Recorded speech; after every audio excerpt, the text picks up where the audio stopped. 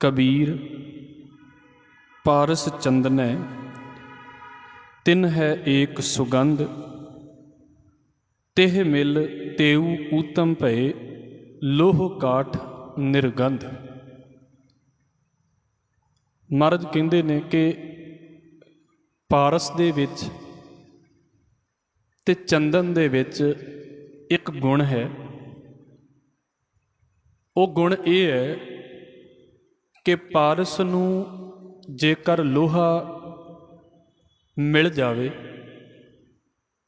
ते जिहड़ा लोहा है वो सोना बन जाता है, कंचन बन जाता है। ते जिहड़ा चंदन है उहदी संगत दे विच कोई आम जी लकड़ आ जावे ते वो अपनी सुगंधी उस लकड़ दे अंदर पा दिंदा है। पारस दे विच ते चंदन दे विच ये गुण है कि पारस लोहे नूं सोने च बदल दिंदा है ते चंदन जिहड़ा है वो आम लकड़ नूं भी खुशबूदार बना दिंदा है। हुण इहदा भाव इत्थे साडे लई की है? वो ये है भी गुरु जिहड़ा है ना वो चंदन दे वांग है, गुरु जिहड़ा है वो पारस दे वांग है। गुरु ग्रंथ साहिब महाराज की बाणी दर्शन करांगे ते सतगुरु ने गुरु दे लई ये लफ्ज़ वरते ने। ते जदों असी गुरु ग्रंथ साहिब महाराज दे कोल आउणा है, सतगुरु दे कोल आउणा है, ते किस भावना दे नाल आउणा है? वो इस भावना दे नाल ही असी पहुँचना है भी जे गुरु दे जीवन च सुगंधी है ते वो सुगंधी साडे जीवन दे विच आवे। जिद्दां चंदन बाकी लकड़ दे अंदर सुगंधी कर दिंदा है, उदां साडे जीवन दे विच भी सुगंधी होवे। सुगंधी दा मतलब ये नहीं, क्योंकि सुगंधी ते बाहर दियां आर्टिफिशियल चीज़ां दे नाल भी ते पैदा कीती जा सकदी है ना। सुगंधी दा मतलब है जिहदे विच वाकिया ही सानू अपने आप ते भी प्रसन्नता है और बाकी दुनिया नूं भी लगदा पिया भी आ बंदे जिहड़े ने ना ये जिथे भी विचरदे ने उत्थे जगह हरी भरी हो जाती है, जिथे जांदे ने उत्थे ही निहाल कर देंदे ने। ये बंदे जिथे विचरदे ने उत्थे ही इन्हां दी संगत दे विच दुनिया आके जुड़ना शुरू हो जाती है, दुनिया सत्कार करती है। वो सुगंधी जिहड़ी है ना वो जीवन दे विच आ जाती है। गुरु दे कोल असी इस करके आउणे हां भी जिद्दां गुरु सुगंधी देण वाला है चंदन दे वांग साडा किते जीवन होवे बिल्कुल निकम्मी जी लकड़ वाला, ते गुरु कृपा करे उस गुरु दी संगत दे विच आके ते साडा जीवन सुगंधी देण लग पवे। इस करके गुरु दे कोल आए हाँ। ते जां फिर गुरु दे कोल इस करके आए हाँ भी गुरु पारस वर्गा है ते जिद्दां लोहे नूं सोना बना दिंदा है, उदां किते साडा जिहड़ा जीवन सड़े हुए लोहे वर्गा है, खराब हुए लोहे वर्गा है, ये लोहे वर्गा जीवन जिहड़ा है ये सोने वर्गा चंगा बन जावे। इस करके गुरु दे कोल आउंदे हैं। महाराज जी दी इस गल तो असीं गल नूं शुरू करांगे। भाई गुरदास साहब कहंदे ने कि असल दे विच जदों असीं गुरु दे लागे बैठदे हां ते गुरु नूं की समझ के बैठदे हां। ये बड़ा इदां दा साडा विशा है भी एक तो हुंदा है भी बस उहनूं आम जिहा समझ के ते मैं ये कह देवां कि मत्था टेकण दा साधन समझ के जां उहदे तों भी थोड़ी जी अगे गल कर लईए भी मैं जी गुरु दे कोलों ज्ञान लैण आया हाँ, गुरु दे कोलों गल सीखण दे लई आया हाँ। इत्थों तक भी अपने आप नूं जे रख लिया है। वधिया गल्लां ने कि असीं एक लैवल दे उत्ते इस गल नूं कहिंदे हां कि मैं मत्था टेकण आया हाँ। वधिया गल है कि एक लैवल दे उत्ते मैं कहना हाँ भी मैं उहदी गल सुणन दे लई आया हाँ। पर असल दे विच जदों तक मैनूं उहदी सुगंधी महसूस नहीं ना हुंदी, ये सिखियां सिखाइयां गल्लां, ये बोलियां बुलाइयां गल्लां, ये भी सिर्फ एक कार विहार हो जाता है, इहदे तो वध कुछ नहीं हुंदा। क्योंकि सानू जिहड़ी सुगंधी है ना गुरु दे कोल बैठण दी, जदों तक वो नहीं प्रभावित करेगी साडा आउण नूं भी जी नहीं करेगा। ते जे आए भी होवांगे तो फिर इंज लगेगा भी जिद्दां साडा आया गया इक्को जिहा ही हो जाता है। ਨਹੀਂ ਤੇ ਅਸੀਂ ਇਤਿਹਾਸ ਨੂੰ ਜਦੋਂ ਵੇਖਦੇ ਹਾਂ ਤੇ ਬੰਦੇ ਇੱਕੋ ਵਾਰੀ ਗੁਰੂ ਨਾਨਕ ਸਾਹਿਬ ਮਹਾਰਾਜ ਦੇ ਕੋਲ ਆਉਂਦੇ ਨੇ, ਇੱਕੋ ਵਾਰੀ ਸਤਿਗੁਰੂ ਗੁਰੂ ਗੋਬਿੰਦ ਸਿੰਘ ਮਹਾਰਾਜ ਦੇ ਕੋਲ ਆਉਂਦੇ ਨੇ। ਕੀ ਹੈ ਸਤਿਗੁਰੂ ਦੇ ਦਰਸ਼ਨ ਦੇ ਵਿੱਚ? ਇੱਕ ਸੁਗੰਧੀ ਹੈ ਉਹਦੇ ਬੋਲਾਂ ਦੇ ਵਿੱਚ, ਉਹਦੇ ਆਲੇ ਦੁਆਲੇ ਇੱਕ ਸੁਗੰਧੀ ਹੈ ਕਿ ਮੈਂ ਉਹ ਸੁਗੰਧੀ ਗੁਰੂ ਗ੍ਰੰਥ ਸਾਹਿਬ ਮਹਾਰਾਜ ਦੇ ਕੋਲੋਂ ਮਹਿਸੂਸ ਕਰਦਾ ਹਾਂ ਤੇ ਫਿਰ ਉਹ ਸੁਗੰਧੀ ਘੱਟੋ ਘੱਟ ਮੇਰੇ ਜੀਵਨ ਦੇ ਵਿੱਚ ਆਉਂਦੀ ਹੈ। ਮਹਾਰਾਜ ਤੇ ਇੱਦਾਂ ਕਹਿੰਦੇ ਨੇ ਵੀ ਗੁਰੂ ਦੇ ਵਿੱਚ ਤੇ ਇੱਦਾਂ ਦੀ ਸੁਗੰਧੀ ਹੈ ਵੀ ਇਹਨਾਂ ਦੇ 'ਚ ਇੱਕ ਗੁਣ ਤੇ ਹੈ ਬਾਕੀਆਂ ਦੇ ਵਾਂਗ ਵੀ ਜਿਹੜਾ ਇਹਨਾਂ ਨੂੰ ਮਿਲਦਾ ਹੈ ਗੁਰੂ ਉਹਦਾ ਜੀਵਨ ਬਦਲ ਕੇ ਰੱਖ ਦਿੰਦਾ ਹੈ। ਪਰ ਇਹ ਵੀ ਭਾਈ ਗੁਰਦਾਸ ਸਾਹਿਬ ਨੇ ਇਸ ਗੱਲ ਨੂੰ ਬੋਲਿਆ ਹੈ, ਕਹਿੰਦੇ ਸਤਿਗੁਰ ਪਾਰਸ ਪਰਸੀਆ ਕੰਚਨ ਕਰੇ ਮਨੂਰ ਮਲੀਣਾ।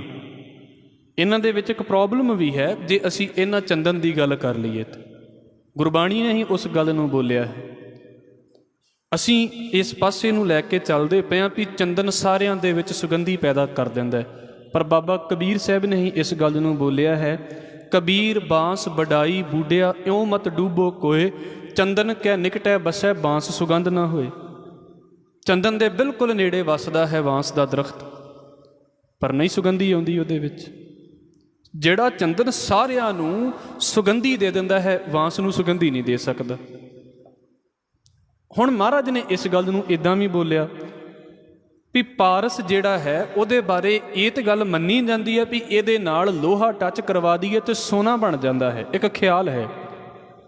ਪਰ 8 ਤਰੀਕੇ ਦੀਆਂ ਧਾਤਾਂ ਹੁੰਦੀਆਂ ਨੇ ਜਿਨ੍ਹਾਂ ਦੇ ਨਾਲ ਟੱਚ ਹੋਵੇ ਤੇ ਉਹ ਸੋਨੇ ਦੇ ਵਿੱਚ ਬਦਲਦਾ ਹੈ। ਇਹਦੇ ਤੋਂ ਵੱਧ ਧਾਤਾਂ ਨੂੰ ਉਹ ਵੀ ਸੋਨੇ 'ਚ ਨਹੀਂ ਬਦਲ ਸਕਦਾ, ਉਹਦੀ ਲਿਮਿਟ ਹੈ। ਪਰ ਜਿੱਥੇ ਜਿੱਥੇ ਜੀਵਨ ਦੀ ਤਬਦੀਲੀ ਦੀ ਗੱਲ ਹੈ ਵੀ ਗੁਰੂ ਦੇ ਕੋਲ ਆ ਕੇ ਜ਼ਿੰਦਗੀ ਦੇ ਵਿੱਚ ਚੇਂਜ ਆਉਂਦਾ ਹੈ, ਬਦਲਾਅ ਆਉਂਦਾ ਹੈ, ਉੱਥੇ ਗੁਰੂ ਸਾਹਿਬ ਨੇ ਇਹਦੇ ਲਈ ਇਹ ਸ਼ਬਦ ਵਰਤ ਲਿਆ ਵੀ ਸਤਿਗੁਰੂ ਪਾਰਸ ਹੈ, ਸਤਿਗੁਰੂ ਚੰਦਨ ਹੈ। ਆਪਾਂ ਸ਼ਬਦ ਪੜ੍ਹਦੇ ਹਾਂ, ਸਤਿਗੁਰ ਪਾਰਸ ਪਰਸਿਆ ਕੰਚਨ ਕਰੇ ਮਨੂਰ ਮਲੀਣਾ। ਮਨੂਰ ਦਾ ਮਤਲਬ ਹੁੰਦਾ ਸੜਿਆ ਹੋਇਆ ਲੋਹਾ, ਜਿਹੜਾ ਮਤਲਬ ਕਿਸੇ ਸ਼ੇਪ ਦੇ ਵਿੱਚ ਵੀ ਨਾ ਹੋਵੇ, ਕਿਸੇ ਕੰਮ ਦੇ ਵਿੱਚ ਵੀ ਨਾ ਆ ਰਿਹਾ ਹੋਵੇ। ਇੱਦਾਂ ਦਾ ਕਿਸੇ ਦਾ ਜੀਵਨ ਹੋ ਜਾਵੇ ਨਾ, ਬਿਲਕੁਲ ਨਿਕੰਮਾ ਜਿਹਾ। ਦਾਤਾਰ ਭਾਈ ਗੁਰਦਾਸ ਸਾਹਿਬ ਜੀ ਦਾ ਬੋਲ ਹੈ, ਕੰਚਨ ਕਰੇ ਮਨੂਰ ਮਲੀਣਾ। ਮਲੀਨ ਹੋਏ ਲੋਹੇ ਵਰਗੇ ਜੀਵਨ ਨੂੰ ਜਦੋਂ ਸਤਿਗੁਰੂ ਦੀ ਚਰਨ ਛੋਹ ਮਿਲ ਜਾਂਦੀ ਹੈ, ਸਤਿਗੁਰੂ ਕਹਿੰਦੇ ਨੇ ਉਹ ਜਿਹੜਾ ਜੀਵਨ ਹੈ ਨਾ ਉਹ ਸੋਨੇ ਵਰਗਾ ਹੋ ਜਾਂਦਾ ਹੈ, ਸੋਨੇ ਵਰਗਾ ਹੋ ਜਾਂਦਾ ਹੈ। ਔਰ ਇਹਨੂੰ ਗੁਰੂ ਦੀ ਸੰਗਤ, ਮੈਂ ਵਾਰ-ਵਾਰ ਇਸ ਗੱਲ ਨੂੰ ਬੇਨਤੀ ਕਰਾਂਗਾ, ਗੁਰੂ ਦੇ ਕੋਲ ਆਉਣ ਦਾ ਸਾਡਾ ਮਕਸਦ ਕੇਵਲ ਤੇ ਕੇਵਲ ਇਹੋ ਹੀ ਨਹੀਂ ਹੋਣਾ ਚਾਹੀਦਾ ਵੀ ਅਸੀਂ ਉਹਦੇ ਕੋਲੋਂ ਬੈਠਦੇ ਹਾਂ ਤੇ ਕੀ ਸੋਚ ਲੈ ਕੇ ਬੈਠੇ ਹਾਂ ਗੁਰੂ ਦੇ ਕੋਲ। ਸਾਡੀ ਸਾਰਿਆਂ ਦੀ ਵੱਖਰੀ ਸੋਚ ਹੋ ਸਕਦੀ ਹੈ, ਮੰਗ ਸਾਰਿਆਂ ਦੀ ਸਾਡੀ ਹੋ ਸਕਦਾ ਹੈ ਇੱਕ ਦੂਸਰੇ ਨਾਲ ਨਾ ਮਿਲਦੀ ਹੋਵੇ। ਕੋਈ ਕੁਝ ਮੰਗਣ ਆਇਆ ਹੈ, ਕੋਈ ਕੁਝ ਮੰਗਣ ਆਇਆ ਹੈ, ਪਰ ਆਹ ਜਿਹੜੀਆਂ ਗੱਲਾਂ ਨੇ ਨਾ, ਆਹ ਸਾਡੇ ਜੀਵਨ 'ਚ ਹੋਣੀਆਂ ਚਾਹੀਦੀਆਂ ਨੇ। ਸਾਡੇ ਜੀਵਨ ਦੇ ਵਿੱਚ ਸੁਗੰਧੀ ਹੋਣੀ ਚਾਹੀਦੀ ਹੈ ਗੁਰੂ ਦੇ ਕੋਲ ਬੈਠਿਆਂ ਦੀ। ਮਹਾਰਾਜ ਜੀ ਨੇ ਇੱਕ ਗੱਲ ਨੂੰ ਬੋਲਿਆ ਹੈ, ਪਹਿਲਾਂ ਥੋੜ੍ਹਾ ਜਿਹਾ ਸਾਨੂੰ ਸਮਝ ਵੀ ਲੱਗ ਜਾਵੇ ਨਾ ਵੀ ਸਾਡੀ ਜ਼ਿੰਦਗੀ 'ਤੇ ਚੱਲਦਾ ਕੀ ਪਿਆ ਹੈ, ਅਤੇ ਫਿਰ ਅਸੀਂ ਤੁਰ ਪੈਂਦੇ ਹਾਂ ਵੀ ਚਲੋ ਇੱਦਾਂ ਦੀ ਸੁਗੰਧੀ ਮੰਗ ਲੈਣੀ ਚਾਹੀਦੀ ਹੈ। ਗੁਰੂ ਅਮਰਦਾਸ ਸਾਹਿਬ ਮਹਾਰਾਜ ਜੀ ਨੇ ਗੁਰੂ ਨਾਨਕ ਸਾਹਿਬ ਮਹਾਰਾਜ ਜੀ ਦਾ ਇਹ ਸ਼ਬਦ ਸੁਣਿਆ ਸੀ, ਅਤੇ ਉਹਦੇ ਵਿੱਚ ਫਿਰ ਜਦੋਂ ਉਹਨਾਂ ਨੇ ਕਿਹਾ ਸੀ ਵੀ ਵਾਕਿਆ ਮੈਂ ਗੁਰੂ ਨਾਨਕ ਸਾਹਿਬ ਮਹਾਰਾਜ ਨੂੰ ਮਿਲਣਾ ਚਾਹੁੰਦਾ ਹਾਂ, ਵੀ ਇਹ ਸ਼ਬਦ ਮੈਨੂੰ ਇੱਕ ਵਾਰ ਮੇਰੇ ਕੰਨਾਂ ਦੇ ਵਿੱਚ ਗੂੰਜਿਆ ਹੈ, ਮੈਂ ਇਹ ਸ਼ਬਦ ਸੁਣ ਕੇ ਤੇ ਮੈਂ ਗੁਰੂ ਨਾਨਕ ਸਾਹਿਬ ਮਹਾਰਾਜ ਨੂੰ ਮਿਲਣਾ ਚਾਹੁੰਦਾ ਹਾਂ। ਅਤੇ ਬੀਬੀ ਅਮਰੋ ਅੱਗੋਂ ਕਹਿੰਦੇ ਵੀ ਉਹ ਤੇ ਹੁਣ ਇਸ ਦੁਨੀਆ ਦੇ ਵਿੱਚ ਨਹੀਂ ਨੇ, ਉਹਨਾਂ ਦੀ ਥਾਂ ਦੇ ਉੱਤੇ ਗੁਰੂ ਅੰਗਦ ਸਾਹਿਬ ਮਹਾਰਾਜ ਬੈਠੇ ਨੇ, ਤੁਸੀਂ ਉਹਨਾਂ ਨੂੰ ਜਾ ਕੇ ਮਿਲ ਸਕਦੇ ਜੇ। ਚਲੋ ਇਹ ਸ਼ਬਦ ਨੂੰ ਸੁਣ ਕੇ ਤੇ ਉਹਨਾਂ ਦੀ ਇੱਦਾਂ ਕਹਿ ਲਈਏ ਵੀ ਜ਼ਿੰਦਗੀ ਦੇ ਵਿੱਚ ਗੁਰੂ ਨਾਨਕ ਸਾਹਿਬ ਮਹਾਰਾਜ ਜੀ ਆ ਗਏ ਇਸ ਸ਼ਬਦ ਨੂੰ ਸੁਣ ਕੇ। ਉਹ ਸ਼ਬਦ ਸੀ, ਉਹਦੇ ਵਿੱਚ ਇੱਕ ਪੰਕਤੀ ਹੈ, ਚਿਤ ਚੇਤਸ ਕੀ ਨਹੀਂ ਬਾਵਰਿਆ ਹਰ ਬਿਸਰਤ ਤੇਰੇ ਗੁਣ ਗਲਿਆ। ਉਹਦੇ ਵਿੱਚ ਸਤਿਗੁਰੂ ਕਿਰਪਾ ਕਰਦੇ ਨੇ, ਜਾਲੀ ਰਹਿਣ ਜਾਲ ਦਿਨ ਹੂਆ ਜੇਤੀ ਘੜੀ ਫਾਹੀ ਤੇਤੀ, ਰਸ ਰਸ ਚੋਗ ਚੁਗੈ ਨਿਤ ਫਾਸੈ ਛੂਟ ਸਮੂੜੇ ਕਵਨ ਗੁਣੀ। ਅਤੇ ਮਹਾਰਾਜ ਅੰਤ ਦੇ ਵਿੱਚ ਇੱਕ ਗੱਲ ਕਹਿੰਦੇ ਨੇ, ਭਇਆ ਮਨੂਰ ਕੰਚਨ ਫਿਰ ਹੋਵੇ ਜੇ ਗੁਰ ਮਿਲਿਆ ਤਿਨੇਹਾ। ਗੁਰੂ ਦਾ ਬਾਕੀ ਦੁਨਿਆਵੀ ਬੰਦਿਆਂ ਦੇ ਨਾਲੋਂ ਇਹੋ ਹੀ ਫਰਕ ਹੈ। ਬਾਕੀ ਅਦਾਲਤਾਂ ਦੇ ਨਾਲੋਂ ਗੁਰੂ ਦੀ ਅਦਾਲਤ ਦਾ, ਗੁਰੂ ਦੇ ਦੀਵਾਨ ਦਾ ਇਹੀ ਫਰਕ ਹੈ। ਅਸੀਂ ਉਹਨੂੰ ਜਦੋਂ ਬਣਾ ਕੇ ਰੱਖ ਦਿੰਦੇ ਹਾਂ ਨਾ ਵੀ ਆਪਣੀਆਂ ਅਦਾਲਤਾਂ ਬਣਾ ਕੇ ਰੱਖ ਦਿੰਦੇ ਹਾਂ ਵੀ ਜਿੱਦਾਂ ਬਾਹਰ ਫੈਸਲੇ ਹੁੰਦੇ ਨੇ, ਇੱਦਾਂ ਗੁਰੂ ਦੀ ਸੰਗਤ ਦੇ ਵਿੱਚ ਵੀ ਫੈਸਲੇ ਹੁੰਦੇ ਨੇ। ਇੱਦਾਂ ਨਹੀਂ ਹੁੰਦੇ ਗੁਰੂ ਦੀ ਸੰਗਤ ਦੇ ਫੈਸਲੇ। ਗੁਰੂ ਅੰਤਿਮ ਸਮੇਂ ਤੱਕ ਸੁਧਰਨ ਦਾ ਤੇ ਸਹੀ ਰਸਤੇ ਦੇ ਉੱਤੇ ਆਉਣ ਦਾ ਮੌਕਾ ਦਿੰਦਾ ਹੈ। ਸਾਡਾ ਪੇਸ਼ੈਂਸ ਨਹੀਂ ਹੈ ਐਡਾ, ਅਸੀਂ ਨਹੀਂ ਮੌਕਾ ਦੇ ਸਕਦੇ ਕਿਸੇ ਨੂੰ। ਸਾਡਾ ਸਬਰ ਐਡਾ ਵੱਡਾ ਹੋਵੇ ਤੇ ਅਸੀਂ ਕਿਸੇ ਨੂੰ ਮਾफ़ ਕਰੀਏ। ਅਸੀਂ ਤੇ ਮਾफ़ ਕਰਨ ਤੋਂ ਬਾਅਦ ਵੀ ਦਿਲ ਦੇ ਵਿੱਚ ਮਾफ़ੀ ਟੰਗੀ ਫਿਰਦੇ ਹਾਂ ਵੀ ਤੈਨੂੰ ਮੈਂ ਮਾफ़ ਕੀਤਾ ਸੀ। ਐਡਾ ਵੱਡਾ ਦਿਲ ਹੋਵੇ ਤੇ ਫਿਰ ਮਾफ़ ਕੀਤਾ ਜਾਂਦਾ ਹੈ। ਭਾਈ ਗੁਰਦਾਸ ਸਾਹਿਬ ਕਹਿੰਦੇ ਨੇ, ਤੈਸੇ ਪੇਖ ਔਗਣ ਕਹੈ ਨਾ ਸਤਿਗੁਰੂ ਕਾਹੂ, ਪੂਰਨ ਵਿਵੇਕ ਸਮਝਾਵਤ ਪ੍ਰਚੰਡ ਹੈ। ਉਹ ਗਲਤੀਆਂ ਵੇਖ ਕੇ ਇਹ ਨਹੀਂ ਕਹਿੰਦਾ ਵੀ ਤੇਰੀਆਂ ਗਲਤੀਆਂ ਮੈਂ 50 ਜਾਣਿਆਂ ਨੂੰ ਦੱਸਦਾ ਫਿਰਾਂ। ਉਹ ਮੱਤ ਹੀ ਇੱਦਾਂ ਦੀ ਦਿੰਦਾ ਹੈ ਵੀ ਬੰਦੇ ਦੇ ਅੰਦਰੋਂ ਗਲਤੀਆਂ ਕਰਨ ਦਾ ਸੁਭਾਅ ਹੀ ਮੁੱਕ ਜਾਂਦਾ ਹੈ। ਉਹ ਅੰਦਰੋਂ ਗਲਤੀਆਂ ਹੀ ਮੁਕਾ ਦਿੰਦਾ ਹੈ। ਤੇ ਜਦੋਂ ਗਲਤੀਆਂ ਮੁੱਕ ਗਈਆਂ ਫਿਰ ਲੋਕੀ ਤੇ ਪਹਿਲੀਆਂ ਕੀਤੀਆਂ ਚੇਤੇ ਕਰਾਉਂਦੇ ਨੇ, ਗੁਰੂ ਪਹਿਲੀਆਂ ਕੀਤੀਆਂ ਚੇਤੇ ਨਹੀਂ ਕਰਾਉਂਦਾ ਵੀ ਤੂੰ ਪਹਿਲਾਂ ਆਹ ਕਰਦਾ ਰਿਹਾ ਸੀ। ਸਤਿਗੁਰੂ ਕੈ ਜਨਮੈ ਗਵਨ ਮਿਟਾਇਆ। ਕੀ ਹੈ ਗੁਰੂ? ਬਸ ਇੰਨਾ ਕੁ ਫਰਕ ਹੈ ਵੀ ਜਦੋਂ ਅਸੀਂ ਉਹਦੇ ਲਾਗੇ ਬੈਠਦੇ ਹਾਂ ਤੇ ਬਾਬਾ ਕਬੀਰ ਕਹਿੰਦੇ ਜਿੱਦਾਂ ਦੀ ਸੁਗੰਧੀ ਉਹਦੇ ਅੰਦਰ ਹੈ ਨਾ, ਉਹ ਆਪਣੇ ਵਰਗੀ ਸੁਗੰਧੀ ਸਿੱਖਾਂ ਨੂੰ ਵੀ ਦੇ ਦਿੰਦਾ ਹੈ। ਜਿੱਦਾਂ ਦੇ ਆਪ ਨੇ ਨਾ, ਉੱਦਾਂ ਦੀ ਸੁਗੰਧੀ ਉਹ ਆਪਣੇ ਸਿੱਖਾਂ ਨੂੰ ਵੀ ਦੇ ਦਿੰਦਾ ਹੈ। ਤੇ ਭਾਈ ਗੁਰਦਾਸ ਸਾਹਿਬ ਨੇ ਇਸ ਗੱਲ ਨੂੰ ਬੋਲਿਆ ਹੈ, ਪੂਰਨ ਬ੍ਰਹਮ ਗੁਰ ਬੇਲ ਹੋਏ ਚੰਬੇਲੀ ਗਤ, ਮੂਲ ਸ਼ਾਖਾ ਪੱਤਰ ਕਰ ਬਿਬਦ ਬਿਥਾਰ ਹੈ, ਗੁਰਸਿੱਖ ਪੋਹਪ ਸੁਬਾਸ ਨਿਜ ਰੂਪ ਤਾਂ ਮੈਂ ਪ੍ਰਗਟ ਹੋਏ ਕਰਤ ਸੰਸਾਰ ਕੋ ਉਦਾਰ ਹੈ। ਭਾਈ ਗੁਰਦਾਸ ਸਾਹਿਬ ਨੇ ਵੇਖਿਆ ਹੋਵੇਗਾ ਨਾ ਵੀ ਜਿਹੜੇ ਸਿੱਖ ਗੁਰੂ ਨਾਨਕ ਸਾਹਿਬ ਮਹਾਰਾਜ ਦੇ ਜਿਨ੍ਹਾਂ ਨੇ ਦਰਸ਼ਨ ਕੀਤੇ ਸੀ, ਇਹਨੂੰ ਜੀ ਕੇ ਵੇਖਿਓ ਵੀ ਜ਼ਿੰਦਗੀ 'ਚ ਸੁਗੰਧੀ ਕਿੱਦਾਂ ਦੀ ਹੁੰਦੀ ਹੈ ਸਿੱਖਾਂ ਦੇ। ਉਹ ਕਹਿੰਦੇ ਨੇ ਵੀ ਜਿਹੜਾ ਗੁਰੂ ਹੈ ਉਹ ਤੇ ਸਮਝ ਲਓ ਵੀ ਚਮੇਲੀ ਦੀ ਵੇਲ ਹੈ, ਮਤਲਬ ਬੜਾ ਖੁਸ਼ਬੂਦਾਰ ਦਰਖਤ ਹੈ ਗੁਰੂ। ਉਹਦੇ ਕੋਲ ਤੇ ਸੁਗੰਧੀ ਇੰਨੀ ਹੈ ਜੀਵਨ ਦੇ ਵਿੱਚ ਵੀ ਉਹਦੇ ਤੋਂ ਪਰੇ ਹੋਣ ਨੂੰ ਜੀ ਨਹੀਂ ਕਰਦਾ। ਪੂਰਨ ਬ੍ਰਹਮ ਗੁਰ ਬੇਲ ਹੋਏ ਚੰਬੇਲੀ ਗਤ, ਮੂਲ ਸ਼ਾਖਾ ਪੱਤਰ ਕਰ ਬਿਬਦ ਬਿਥਾਰ ਹੈ। ਹੁਣ ਉਹਦਾ ਮੂਲ ਵੀ ਹੈ, ਮਤਲਬ ਉਹਦੀ ਰੂਟ ਵੀ ਹੈ, ਜੜ ਵੀ ਹੈ, ਉਹਦੀਆਂ ਸ਼ਾਖਾਵਾਂ ਵੀ ਨੇ, ਉਹਦੇ ਪੱਤੇ ਵੀ ਨੇ। ਜਿੱਦਾਂ ਆਮ ਦਰਖਤ ਦੇ ਹੁੰਦੇ ਨੇ, ਗੁਰੂ ਵੀ ਇੱਦਾਂ ਦਾ ਹੈ। ਮੂਲ ਸ਼ਾਖਾ ਪੱਤਰ ਕਰ ਬਿਬਦ ਬਿਥਾਰ ਹੈ। ਤੇ ਹੁਣ ਕੀ ਹੈ? ਗੁਰਸਿੱਖ ਪੋਹਪ ਸੁਬਾਸ ਨਿਜ ਰੂਪ ਤਾਂ ਮੈਂ ਪ੍ਰਗਟ ਹੋਏ ਕਰਤ ਸੰਸਾਰ ਕੋ ਉਦਾਰ ਹੈ। ਦੇ ਗੁਰੂ ਤੇ ਮੰਨ ਲਓ ਕਿ ਚੰਬੇਲੀ ਦਾ ਇੱਕ ਦਰਖਤ ਹੈ ਨਾ, ਵੀ ਜਿਹਨੂੰ ਉਹ ਡਾਹਣੀਆਂ ਵੀ ਲੱਗੀਆਂ ਹੋਈਆਂ ਨੇ, ਪੱਤੇ ਵੀ ਲੱਗੇ ਹੋਏ ਨੇ, ਰੂਟ ਵੀ ਹੈ। ਪਰ ਜਿਹੜੇ ਸਿੱਖ ਨੇ ਨਾ, ਸਿੱਖਾਂ ਦਾ ਜੀਵਨ ਇੱਦਾਂ ਦਾ ਹੈ ਜਿੱਦਾਂ ਚਮੇਲੀ ਦਾ ਫੁੱਲ ਹੋਵੇ। ਜਿੱਦਾਂ ਫੁੱਲ 'ਚੋਂ ਖੁਸ਼ਬੂ ਆਉਂਦੀ ਹੈ ਨਾ, ਗੁਰੂ ਦੇ ਸਿੱਖਾਂ ਦੇ ਜੀਵਨ 'ਚੋਂ ਇੱਦਾਂ ਦੀ ਖੁਸ਼ਬੂ ਆਉਂਦੀ ਹੈ। ਤੇ ਗੁਰੂ ਦੇ ਸਿੱਖਾਂ ਦਾ ਜੀਵਨ ਇੱਦਾਂ ਦਾ ਹੋਣਾ ਚਾਹੀਦਾ ਹੈ। ਮੈਂ ਤੇ ਕਹਿੰਦਾ ਸਾਡੇ, ਕਿਉਂਕਿ ਇੱਦਾਂ ਦੇ ਪ੍ਰੈਕਟੀਕਲ ਕਰਵਾਏ ਹੀ ਨਹੀਂ ਜਾਂਦੇ ਸੰਗਤ ਦੇ ਵਿੱਚ। ਜਿਹਦੇ ਤੇ ਪ੍ਰੈਕਟੀਕਲ ਦੀ ਗੱਲ ਬਾਬਾ ਕਬੀਰ ਸਾਹਿਬ ਨੇ ਬੋਲ ਦਿੱਤੀ ਹੈ, ਜਿੱਥੇ ਜ਼ਿਆਦਾ ਸੁਗੰਧੀ ਹੋਵੇਗੀ ਅਸੀਂ ਬੈਠਾਂਗੇ, ਜਿੱਥੇ ਦੁਰਗੰਧੀ ਹੋਵੇਗੀ ਫਿਰ ਅਸੀਂ ਕੀ ਕਰਾਂਗੇ? ਅਸੀਂ ਜਾਂ ਤਾਂ ਨੱਕ ਬੰਦ ਕਰਾਂਗੇ ਜਾਂ ਉੱਠ ਕੇ ਚਲੇ ਜਾਵਾਂਗੇ। ਤੇ ਇਹ ਸਿਰਫ ਬਾਹਰ ਦੀਆਂ ਗੱਲਾਂ ਦੇ ਨਾਲ ਸੰਬੰਧਿਤ ਨਹੀਂ ਹੁੰਦਾ ਵੀ ਸਿਰਫ ਬਾਹਰ ਦੀ ਸੁਗੰਧੀ ਹੈ ਤੇ ਗੱਲ ਖਤਮ ਹੋ ਗਈ ਹੈ। ਇੱਕ ਸਾਡਾ ਔਰਾ ਹੈ, ਇੱਕ ਸਾਡੇ ਜੀਵਨ ਦੀ ਸੁਗੰਧੀ ਹੈ, ਇੱਕ ਸਾਡੇ ਬੋਲਾਂ ਦੀ ਸੁਗੰਧੀ ਹੈ।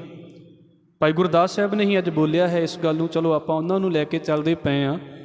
ਕਹਿੰਦੇ ਵੇਖੋ, ਹੈ ਤੇ ਬੋਲ ਹੀ ਨੇ ਨਾ। ਕਾਉ ਨਾ ਭਾਵੈ ਬੋਲਿਆ, ਕੋਇਲ ਬੋਲੀ ਸਭਨਾ ਭਾਣੀ। ਰੰਗ ਵੀ ਦੋਵਾਂ ਦਾ ਇੱਕੋ ਜਿਹਾ, ਬੋਲੀ ਦੋਵਾਂ ਦੀ ਵੱਖਰੋ ਵੱਖਰੀ। ਇੱਕ ਦੀ ਬੋਲੀ ਲੋਕਾਂ ਨੂੰ ਇੰਨੀ ਚੰਗੀ ਲੱਗਦੀ ਹੈ ਵੀ ਇਹਦੀ ਆਵਾਜ਼ ਸੁਣੋ। ਕੋਇਲ ਦੀ ਬੋਲੀ ਸਾਰੇ ਹੀ ਸੁਣਨਾ ਚਾਹੁੰਦੇ ਨੇ, ਕਾਂ ਦੀ ਬੋਲੀ ਕੌਣ ਸੁਣਨਾ ਚਾਹੁੰਦਾ ਹੈ? ਹੁਣ ਇੱਦਾਂ ਹੈ ਵੀ ਬੰਦੇ ਤੇ ਸਾਰੇ ਇੱਕੋ ਜਿਹੇ ਨੇ। ਭਾਈ ਗੁਰਦਾਸ ਸਾਹਿਬ ਕਹਿੰਦੇ ਨੇ, ਤੈਸੇ ਗੁਰ ਚਰਨ ਸ਼ਰਨ ਹੈ ਅਸੰਖ ਸਿੱਖ, ਜਾਮੈ ਗੁਰ ਗਿਆਨ ਤਾਹੇ ਲੋਕ ਲਪਟਾਤ ਹੈ। ਤੇ ਗੁਰੂ ਦੀ ਸੰਗਤ ਦੇ ਵਿੱਚ ਬੜੇ ਸਿੱਖ ਆਉਂਦੇ ਨੇ, ਥੋੜੇ ਨਹੀਂ ਆਉਂਦੇ। ਔਰ ਭਾਈ ਗੁਰਦਾਸ ਸਾਹਿਬ ਨੇ ਤੇ ਉਸ ਵੇਲੇ ਨੂੰ ਜੀ ਕੇ ਵੇਖਿਆ ਇਹਨਾਂ ਅੱਖਾਂ ਦੇ ਨਾਲ। ਹੁਣ ਵੀ ਤੇ ਦੀਵਾਨ ਹੁੰਦੇ ਨੇ। ਤੁਸੀਂ ਇਹਨੂੰ ਭਾਵੇਂ ਉਹ ਕੋਈ ਸਰੀਰ ਪੂਜਾ ਵੱਲ ਲੈ ਕੇ ਤੁਰ ਪਵੇ ਤੇ ਤੁਰ ਪਵੇ, ਇਹ ਤੇ ਉਹਦੀ ਪਹੁੰਚ ਹੈ ਨਾ ਵੀ ਉਹਨੇ ਕਿੱਦਾਂ ਰੱਖਣਾ ਹੈ। ਮਹਾਰਾਜ ਨੇ ਤੇ ਸਾਨੂੰ ਕਲੀਅਰ ਕਰ ਦਿੱਤਾ ਵੀ ਗੁਰਮੁਖ ਸੌ ਕਰ ਦੋਸਤੀ ਸਤਿਗੁਰ ਸੌ ਲਾਏ ਚਿੱਤ, ਵੀ ਤੇਰੀ ਦੋਸਤੀ ਸਾਰਿਆਂ ਦੇ ਨਾਲ ਹੋਵੇ ਪਰ ਚਿੱਤ ਤੇਰਾ ਸਤਿਗੁਰੂ ਦੇ ਨਾਲ ਹੋਵੇ। ਪਰ ਇੱਕ ਗੱਲ ਭਾਈ ਗੁਰਦਾਸ ਸਾਹਿਬ ਕਹਿੰਦੇ ਨੇ, ਤੈਸੇ ਗੁਰ ਚਰਨ ਸ਼ਰਨ ਹੈ ਅਸੰਖ ਸਿੱਖ। ਬੜੇ ਸਿੱਖ ਆਉਂਦੇ ਨੇ ਗੁਰੂ ਦੀ ਸੰਗਤ ਦੇ ਵਿੱਚ, ਪਰ ਕੀ ਹੈ? ਜਾਮੈ ਗੁਰ ਗਿਆਨ ਤਾਹੇ ਲੋਕ ਲਪਟਾਤ ਹੈ।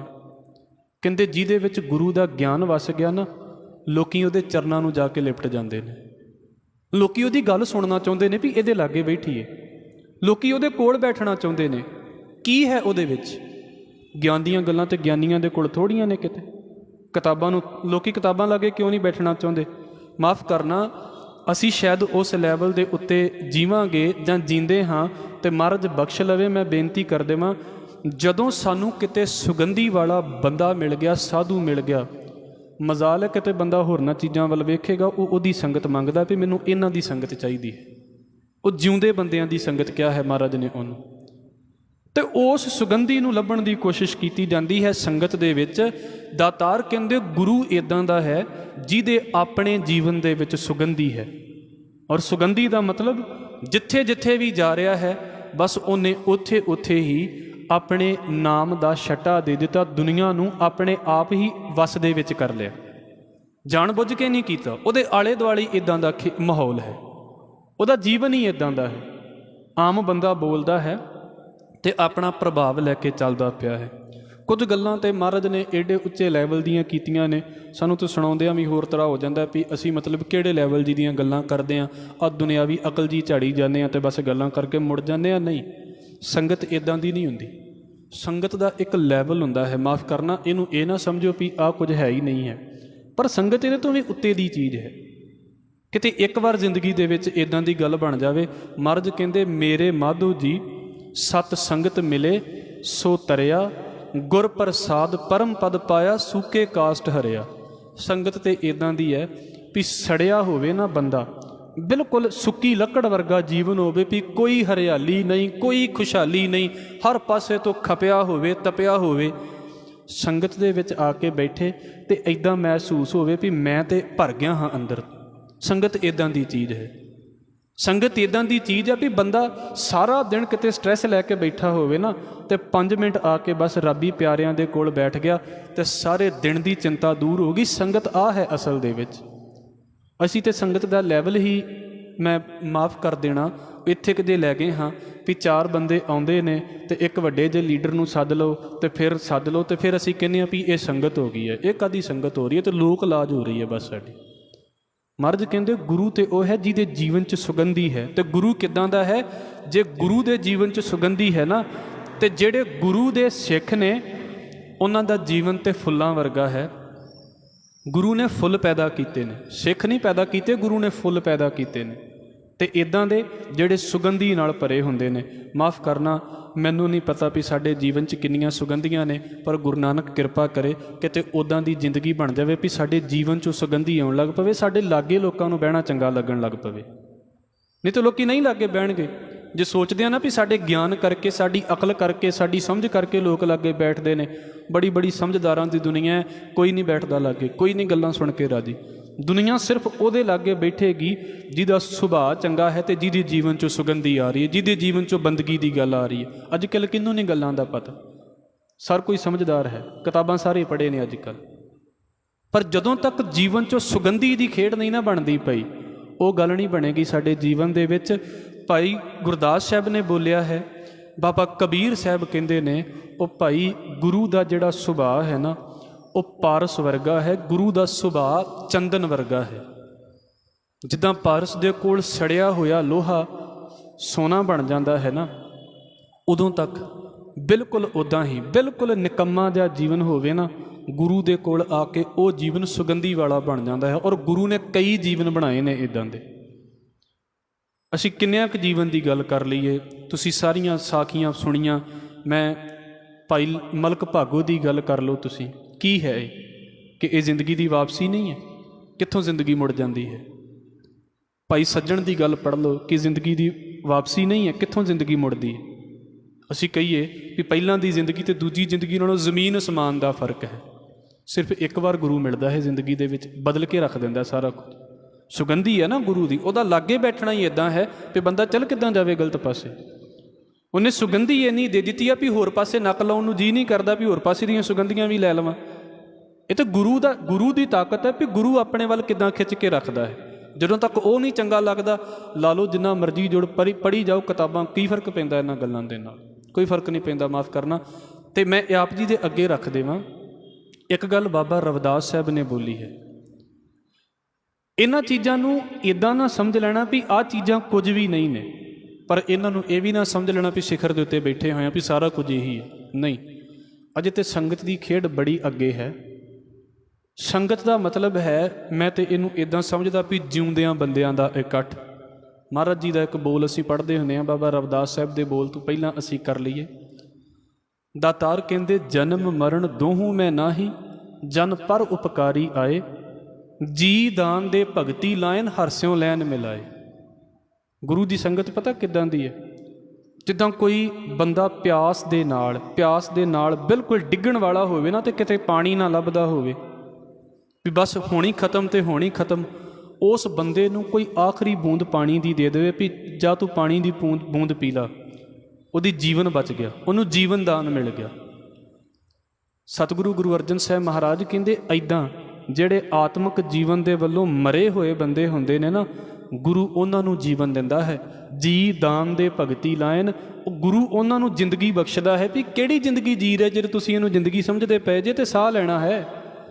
ਜ਼ਿੰਦਗੀ 'ਚ ਕੋਈ ਸੁਗੰਧੀ ਨਹੀਂ, ਕੋਈ ਚੜ੍ਹਦੀ ਕਲਾ ਨਹੀਂ, ਕੋਈ ਮਤਲਬ ਇੱਦਾਂ ਲੱਗਦਾ ਹੀ ਨਹੀਂ ਵੀ ਇਹ ਬੰਦੇ ਖਿੜੇ ਹੋਏ ਨੇ, ਤੇ ਫਿਰ ਕਾਹਦੀ ਜ਼ਿੰਦਗੀ ਜੀ ਰਹੇ ਹੈ? ਇਹ ਤਾਂ ਸੁੱਕੀਆਂ ਲੱਕੜਾਂ ਦੀ ਜ਼ਿੰਦਗੀ ਹੈ। ਤੁਸੀਂ ਰੋਜ਼ ਪੜ੍ਹਦੇ ਪਏ ਜੇ ਸੋਦਰ ਦੇ ਵਿੱਚ, ਹੈ ਤੇ ਦਰਖਤ ਹੈ ਨਾ, ਮਨਮੁਖ ਊਬੇ ਸੁੱਕ ਗਏ, ਨਾ ਫਲ ਤੇ ਨਾ ਛਾਂ, ਕੋਈ ਸੁਗੰਧੀ ਨਹੀਂ, ਕੋਈ ਫਲ ਨਹੀਂ, ਸੁੱਕੀ ਲੱਕੜ ਵਰਗਾ ਜੀਵਨ ਹੈ, ਬਸ ਬਲੀ ਜਾ ਰਿਹਾ ਹੈ, ਬਲੀ ਜਾ ਰਿਹਾ ਹੈ। ਕੀ ਫਰਕ ਪੈ ਰਿਹਾ ਇਹੋ ਜਿਹੀ ਜ਼ਿੰਦਗੀ ਦੇ ਨਾਲ? ਇੱਦਾਂ ਦੀ ਜ਼ਿੰਦਗੀ ਮਹਾਰਾਜ ਸਿਖਾਉਂਦੇ ਨੇ, ਕਹਿੰਦੇ ਨਹੀਂ, ਸਿੱਖ ਦਾ ਜੀਵਨ ਤੇ ਫੁੱਲ ਵਰਗਾ ਹੈ। ਪਰ ਹੋਵੇਗਾ ਕਿੱਦਾਂ? ਘੱਟੋ ਘੱਟ ਗੁਰੂ ਦੇ ਨਾਲ ਬਹਿ ਕੇ ਜੁੜੇ ਤੇ ਸਹੀ, ਵੀ ਜੇ ਗੁਰੂ ਦੇ ਜੀਵਨ 'ਚ ਸੁਗੰਧੀ ਹੈ ਤੇ ਮੇਰੇ ਜੀਵਨ 'ਚ ਕਿੰਨੀ ਸੁਗੰਧੀ ਆਵੇ। ਅਸੀਂ ਪਹਿਲੀ ਗੱਲ ਤੇ ਸਾਡੀਆਂ ਕਥਾ ਦਾ, ਸਾਡੀਆਂ ਕਹਾਣੀਆਂ ਦਾ ਹਾਲ ਹੀ ਇਹ ਨਹੀਂ ਰਿਹਾ ਵੀ ਅਸੀਂ ਸੁਗੰਧੀ ਦੀਆਂ ਗੱਲਾਂ ਕਰਨੀਆਂ ਨੇ। ਸਾਡੀਆਂ ਕਥਾ ਕਹਾਣੀਆਂ ਤੇ ਗਿਆਨ ਝਾੜਨ ਵਾਲੀਆਂ ਨੇ, ਭਾਵੇਂ ਮੈਂ ਹੀ ਕਰਦਾ। ਅਸੀਂ ਤੇ ਗਿਆਨ ਥੋਪਣਾ ਚਾਹੁੰਦੇ ਹਾਂ ਦੁਨੀਆ ਦੇ ਉੱਤੇ, ਵੀ ਆਹ ਵੀ ਯਾਦ ਕਰ ਲਓ, ਆਹ ਵੀ ਪੜ੍ਹ ਲਓ, ਆਹ ਵੀ ਸੁਣ ਲਓ। ਉਹ ਸੁਗੰਧੀ ਵਾਲੇ ਪਾਸੇ ਤੇ ਖਤਮ ਹੀ ਹੋ ਗਏ ਨੇ। ਨਹੀਂ ਤਾਂ ਇੱਕ ਵਾਰ ਜਿਹਨੂੰ ਮਿਲਦਾ ਹੈ ਉਹਦੀ ਜ਼ਿੰਦਗੀ ਬਦਲ ਕੇ ਰੱਖ ਦਿੰਦਾ, ਤੇ ਲਗਾਤਾਰ ਬੋਲੀ ਜਾਓ, ਬੋਲੀ ਜਾਓ। ਕੀ ਫਰਕ ਪੈਂਦਾ? ਬੋਲਣ ਵਾਲਿਆਂ ਦੀ ਜ਼ਿੰਦਗੀ ਨਹੀਂ ਬਦਲਦੀ, ਸੁਣਨ ਵਾਲਿਆਂ ਦੀ ਕੀ ਬਦਲਣੀ ਹੈ?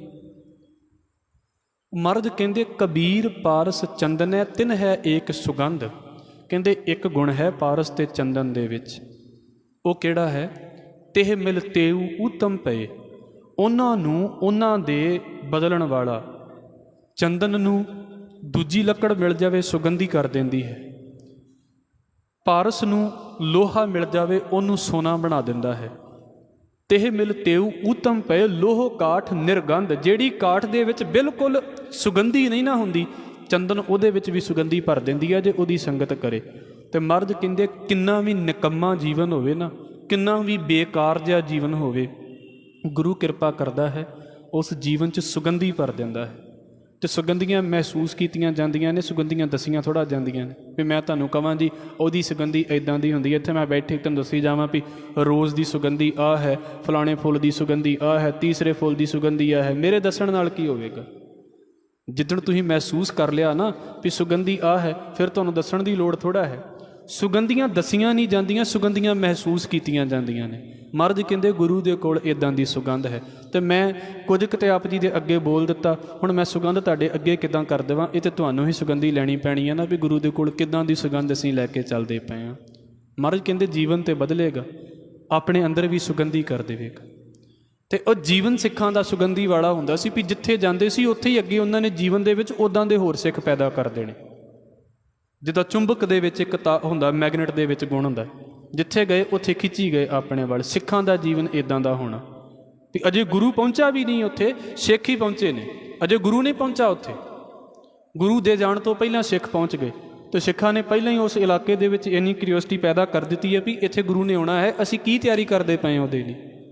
ਇਹ ਸਿੱਖਾਂ ਦੇ ਜੀਵਨ ਦੀ ਸੁਗੰਧੀ ਸੀ, ਵੀ ਸਾਡੇ ਜੀਵਨ 'ਚ ਕਿੰਨੀ ਸੁਗੰਧੀ ਹੋਵੇ। ਮਰਦ ਬਖਸ਼ ਲਵੇ। ਅਸੀਂ ਤੇ ਮੈਂ ਗੱਲ ਥੋੜ੍ਹੀ ਜਿਹੀ ਵੱਡੀ ਕਰਾਂਗਾ ਕਿਉਂਕਿ ਕਹਿ ਰਿਹਾ ਹਾਂ, ਤੇ ਮਰਦ ਇਸ ਕਰਕੇ ਬਖਸ਼ ਲੈਣ। ਸਾਡਾ ਤੇ ਜੀਵਨ ਇੱਦਾਂ ਦਾ ਹੋਣਾ ਚਾਹੀਦਾ ਸੀ ਵੀ ਸਿੱਖ ਨਿਕਲੇ ਨਾ ਤੇ ਦੁਨੀਆ ਉਹਦੇ ਵੱਲ ਵੇਖੇ ਵੀ ਵਾਕਿਆ ਨਿਕਲਦਾ ਪਿਆ ਹੈ ਬੰਦਾ, ਇਹਦੇ ਜੀਵਨ ਦੇ ਵਿੱਚ ਕੁਝ ਗੱਲ ਹੈ, ਇਹਦੇ ਜੀਵਨ ਦੇ ਵਿੱਚ ਕੋਈ ਸੁਗੰਧੀ ਹੈ, ਇਹ ਬਾਕੀਆਂ ਨਾਲੋਂ ਵੱਖਰਾ ਹੈ। ਤੇ ਜੇ ਇਹ ਵੀ ਬਾਕੀਆਂ ਵਰਗਾ ਹੀ ਹੋ ਗਿਆ ਤੇ ਫਿਰ ਕੀ ਫਾਇਦਾ ਹੈ ਧਾਰਮਿਕ ਗੱਲਾਂ ਦਾ? ਕੋਈ ਬਹੁਤਾ ਮਾਇਨਾ ਨਹੀਂ ਰਹਿ ਜਾਂਦਾ ਇਹਨਾਂ ਗੱਲਾਂ ਦਾ। ਗੁਰੂ ਨੂੰ ਮਿਲਣਾ ਹੈ, ਉਹਦੇ ਕੋਲ ਗੱਲਾਂ ਸਿੱਖਣੀਆਂ ਨੇ, ਉਹਦੀਆਂ ਗੱਲਾਂ ਪੱਲੇ ਪਾਉਣੀਆਂ ਨੇ, ਇਹ ਇੱਕ ਸਟੈਪ ਹੈ। ਪਰ ਭਾਈ ਗੁਰਦਾਸ, ਬਾਬਾ ਕਬੀਰ ਕਹਿੰਦੇ ਨੇ, ਜਦੋਂ ਤੱਕ ਜੀਵਨ ਦੀ ਸੁਗੰਧੀ, ਜਿਹੜੀ ਗੁਰੂ ਦੇ ਕੋਲ ਸੁਗੰਧੀ ਹੈ, ਉਹ ਸੁਗੰਧੀ ਸਾਡੇ ਜੀਵਨ ਦੇ ਵਿੱਚ ਨਹੀਂ ਨਾ ਆਉਂਦੀ, ਇਹ ਸਿਰਫ ਫੋਕੇ ਜਿਹੇ ਗਿਆਨ ਦੀਆਂ ਗੱਲਾਂ ਰਹਿ ਜਾਂਦੀਆਂ ਨੇ।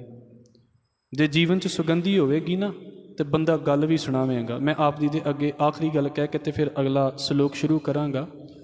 ਚੰਗੇ ਭਲੇ ਨਿਕੰਮੇ ਜੇ ਬੰਦੇ ਮਹਾਰਾਜ ਬਖਸ਼ ਲਵੇ, ਮਹਾਰਾਜ ਨੇ ਬਦਲਿਆ ਉਹਨਾਂ ਨੂੰ। ਗੁਰੂ ਅਮਰਦਾਸ ਸਾਹਿਬ ਮਹਾਰਾਜ ਦੇ ਵੇਲੇ ਦੀ ਇੱਕ ਘਟਨਾ ਹੈ ਵੀ ਇੱਕ ਬੱਚਾ ਸੀ ਤੇ ਉਹਦੇ ਮਾਤਾ ਪਿਤਾ ਚੜ੍ਹਾਈ ਕਰ ਗਏ। ਹੁਣ ਰਿਸ਼ਤੇਦਾਰਾਂ ਨੇ ਜਿੰਨਾ ਕੁ ਧਿਆਨ ਦੇਣਾ ਸੀ ਉਹਨਾਂ ਕੁ ਧਿਆਨ ਦਿੱਤਾ ਉਹਦੇ ਵੱਲ, ਤੇ ਉਹ ਨਾਲੇ ਵੱਡਾ ਹੋਈ ਗਿਆ ਜਦੋਂ ਉਹ ਗਲਤ ਸੰਗਤ ਦੇ ਵਿੱਚ ਪੈ ਗਿਆ। ਕੁਝ ਗਲਤ ਖਾਣ ਪੀਣ ਵੀ ਗਲਤ ਹੋ ਗਿਆ, ਕੁਝ ਦੂਸਰੇ ਪਾਸੇ ਵੀ ਗਲਤ ਸੰਗਤ ਹੋ ਗਈ। ਅਤੇ ਇੱਦਾਂ ਹੋਇਆ ਵੀ ਗਲਤ ਸੰਗਤ ਨੇ ਫਿਰ ਅਸਰ ਵਿਖਾਉਣਾ ਸ਼ੁਰੂ ਕਰ ਦਿੱਤਾ ਆਪਣਾ। ਉਹ ਕਹਿੰਦੇ ਨੇ ਵੀ ਉਹਨੂੰ ਨਾ ਕੁਸ਼ਟ ਰੋਗ ਹੋ ਗਿਆ, ਕੋੜ੍ਹ ਦੀ ਬਿਮਾਰੀ ਹੋ ਗਈ। ਸੰਗਤ ਦਾ ਅਸਰ ਸੀ, ਕੁਝ ਗਲਤ ਖਾਧਾ ਪੀਤਾ ਗਿਆ, ਗਲਤ ਸੰਗਤ ਹੋ ਗਈ ਅਤੇ ਉਹ ਸਰੀਰ ਨੂੰ ਬਿਮਾਰੀ ਲੱਗ ਗਈ। ਇਲਾਜ ਵੀ ਐਡੇ ਵਧੀਆ ਨੇ।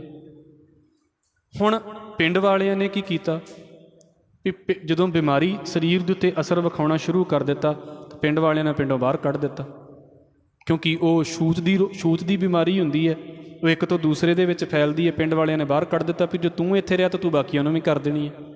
ਉਹ ਤਾਂ ਪਿੰਡਾਂ ਦੇ ਪਿੰਡ ਵਿਹਲੇ ਹੋ ਜਾਂਦੇ ਸੀ ਇਹਨਾਂ ਚੀਜ਼ਾਂ ਦੇ ਨਾਲ। ਉਹਨੂੰ ਪਿੰਡੋਂ ਬਾਹਰ ਕੱਢ ਦਿੱਤਾ।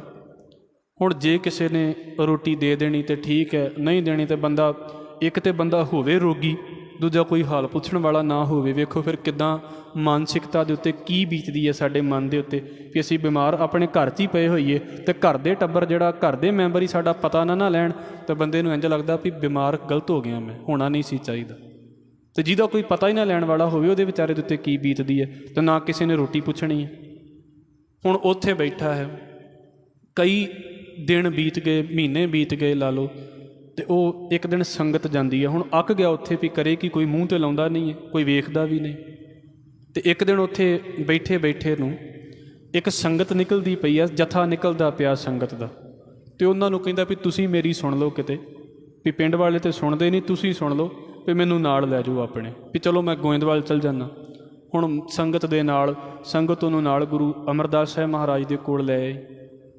ਹੁਣ ਮਹਾਰਾਜ ਨੇ ਪਹਿਲਾਂ ਤਾਂ ਇੱਥੇ ਇਹਦਾ ਇਲਾਜ ਕੀਤਾ, ਅਤੇ ਹੁਣ ਇਲਾਜ ਸਿਰਫ ਇਕੱਲਾ ਸਰੀਰ ਦਾ ਨਹੀਂ ਸੀ ਹੋ ਰਿਹਾ, ਉੱਥੇ ਨਾਲ ਮੈਂਟੈਲਿਟੀ ਦਾ ਇਲਾਜ ਵੀ ਹੁੰਦਾ ਹੈ। ਇਕੱਲੇ ਸਰੀਰ ਦਾ ਇਲਾਜ ਨਹੀਂ ਹੁੰਦਾ ਗੁਰੂ ਘਰ ਦੇ ਵਿੱਚ ਨਾ, ਉਹ ਮਨ ਦਾ ਇਲਾਜ ਵੀ ਕੀਤਾ ਵੀ ਜੇ ਸਰੀਰ ਦਾ ਇਲਾਜ ਕਰ ਦਿੱਤਾ ਤਾਂ ਜਿੰਨਾਂ ਚੀਜ਼ਾਂ ਕਰਕੇ ਸਰੀਰ ਬਿਮਾਰ ਹੋਇਆ ਸੀ, ਜੇ ਮਨ ਦਾ ਇਲਾਜ ਨਾ ਕੀਤਾ ਤਾਂ ਮਨ ਨੇ ਫਿਰ ਉਹਨਾਂ ਬਿਮਾਰੀਆਂ ਦੇ ਵਿੱਚ ਪੈਣਾ ਜਾ ਕੇ। ਮਨ ਫਿਰ ਉਸੇ ਹੀ ਜਿਹੜੀ ਚੀਜ਼ ਤੋਂ ਸਰੀਰ ਬਿਮਾਰ ਹੁੰਦਾ ਹੈ, ਸਰੀਰ ਨੂੰ ਠੀਕ ਕਰ ਲਓ, ਮਨ ਠੀਕ ਨਾ ਕਰੋ, ਸਰੀਰ ਫਿਰ ਬਿਮਾਰ ਹੋਵੇਗਾ ਹੀ ਹੋਵੇਗਾ, ਕਿਉਂਕਿ ਮਨ ਫਿਰ ਉੱਧਰ ਦੌੜੇਗਾ। ਕਈ ਬਿਮਾਰੀਆਂ ਨੇ ਬੰਦੇ ਨੂੰ ਪਰਹੇਜ਼ ਨਾ ਕਰਨ ਕਰਕੇ ਲੱਗਦੀਆਂ ਨੇ, ਬੰਦਾ ਪਰਹੇਜ਼ ਕਰ ਲੈਂਦਾ ਠੀਕ ਹੋ ਜਾਂਦਾ, ਮਨ ਦਾ ਇਲਾਜ ਨਹੀਂ ਹੋ ਜਾਂਦਾ, ਬੰਦਾ ਫਿਰ ਖਾ ਲੈਂਦਾ, ਫਿਰ ਬਿਮਾਰ ਹੋ ਜਾਂਦਾ। ਮਨ ਦਾ ਇਲਾਜ ਕੀਤਾ, ਨਾਲੇ ਸਰੀਰ ਨਰੋਆ ਹੋ ਗਿਆ, ਸਰੀਰ ਚੰਗਾ ਹੋ ਗਿਆ, ਨਾਲੇ ਗੁਰਬਾਣੀ ਸਿੱਖ ਲਈ, ਜ਼ਿੰਦਗੀ ਚੰਗੀ ਹੋ ਗਈ। ਮਹਾਰਾਜ ਨੇ ਆਪ ਵਿਆਹ ਕੀਤਾ, ਉਹਦਾ ਆਪ ਵਿਆਹਿਆ, ਕੋਈ ਮਾਂ ਪਿਓ ਨਹੀਂ। ਰੋਗੀ ਨੂੰ ਠੀਕ ਕੀਤਾ ਸਤਿਗੁਰੂ ਗੁਰੂ ਅਮਰਦਾਸ ਸਾਹਿਬ ਮਹਾਰਾਜ ਨੇ, ਮਹਾਰਾਜ ਨੇ ਆਪ ਵਿਆਹਿਆ, ਅਤੇ ਨਾਲੇ ਵਿਆਹਿਆ ਅਤੇ ਨਾਲੇ ਸੱਚੇ ਪਾਤਸ਼ਾਹ ਨੇ ਪ੍ਰਚਾਰ ਕਰਨ ਦੇ ਲਈ ਭੇਜਿਆ ਵੀ ਤੂੰ ਮੇਰਾ ਪੁੱਤ ਹੈ। ਭਾਈ ਮੱਥੋ ਅਤੇ ਮੁਰਾਰੀ ਦੀ ਗੱਲ, ਤੂੰ ਮੇਰਾ ਪੁੱਤ ਹੈ ਅਤੇ ਤੂੰ ਉਸ ਇਲਾਕੇ ਦੇ ਵਿੱਚ, ਆਪਣੇ ਇਲਾਕੇ ਦੇ ਵਿੱਚ ਜਾ ਕੇ ਪ੍ਰਚਾਰ ਕਰ।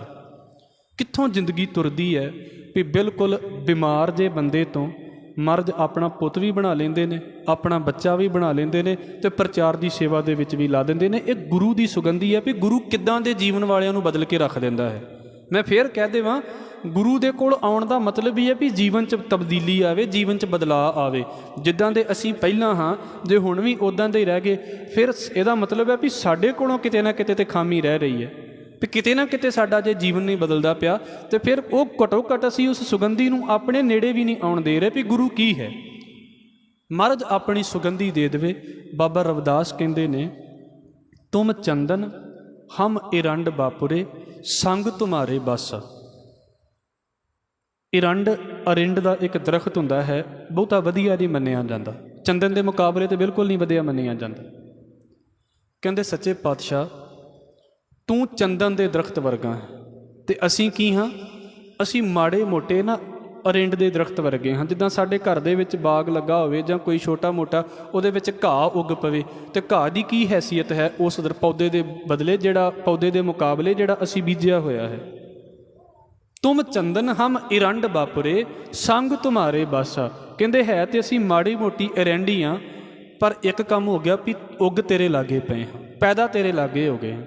ਹੈ ਤੇ ਅਸੀਂ ਬਿਲਕੁਲ ਨਿਕੰਮੇ ਦੇ ਹਾਂ, ਪਰ ਸੱਚੇ ਪਾਤਸ਼ਾਹ ਗੁਰੂ ਗ੍ਰੰਥ ਸਾਹਿਬ ਮਹਾਰਾਜ ਤੇਰੀ ਸੰਗਤ ਹਾਸਲ ਹੋ ਗਈ ਹੈ।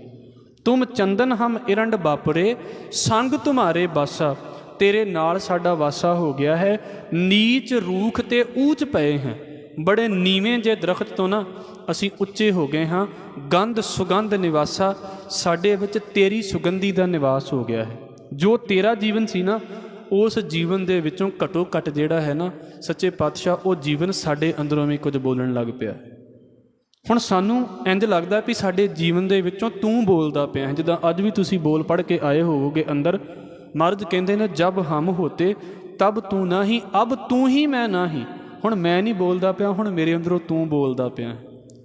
ਮਹਾਰਾਜ ਕਹਿੰਦੇ ਇੱਦਾਂ ਦੀ ਗੱਲ ਹੈ ਜਿੱਦਾਂ ਚੰਦਨ ਤੇ ਪਾਰਸ ਦੇ ਕੋਲ ਲੱਕੜ ਤੇ ਲੋਹਾ ਤਬਦੀਲ ਹੋ ਜਾਂਦੇ ਨੇ ਨਾ, ਗੁਰੂ ਦੇ ਕੋਲ ਆ ਕੇ ਸੁੱਕੇ ਜੀਵਨ ਵਾਲੇ, ਰੁੱਖੇ ਜੀਵਨ ਵਾਲੇ, ਉਦਾਸ ਜੀਵਨ ਵਾਲੇ, ਸੜੇ ਦੇ ਜੀਵਨ ਵਾਲੇ ਜਿਹੜੇ ਬੰਦੇ ਆਉਂਦੇ ਨੇ ਨਾ, ਗੁਰੂ ਉਹਨਾਂ ਨੂੰ ਹਰਿਆਲੀ ਬਖਸ਼ਦਾ ਹੈ। ਗੁਰੂ ਉਹਨਾਂ ਦੇ ਹਿਰਦੇ ਖਿਡਾਉਂਦਾ ਹੈ, ਜਿਹਨੂੰ ਅਸੀਂ ਜਪਜੀ ਸਾਹਿਬ 'ਚ ਰੋਜ਼ ਪੜ੍ਹਦੇ ਹਾਂ, ਨਾਨਕ ਭਗਤਾਂ ਸਦਾ ਵਿਗਾਸ।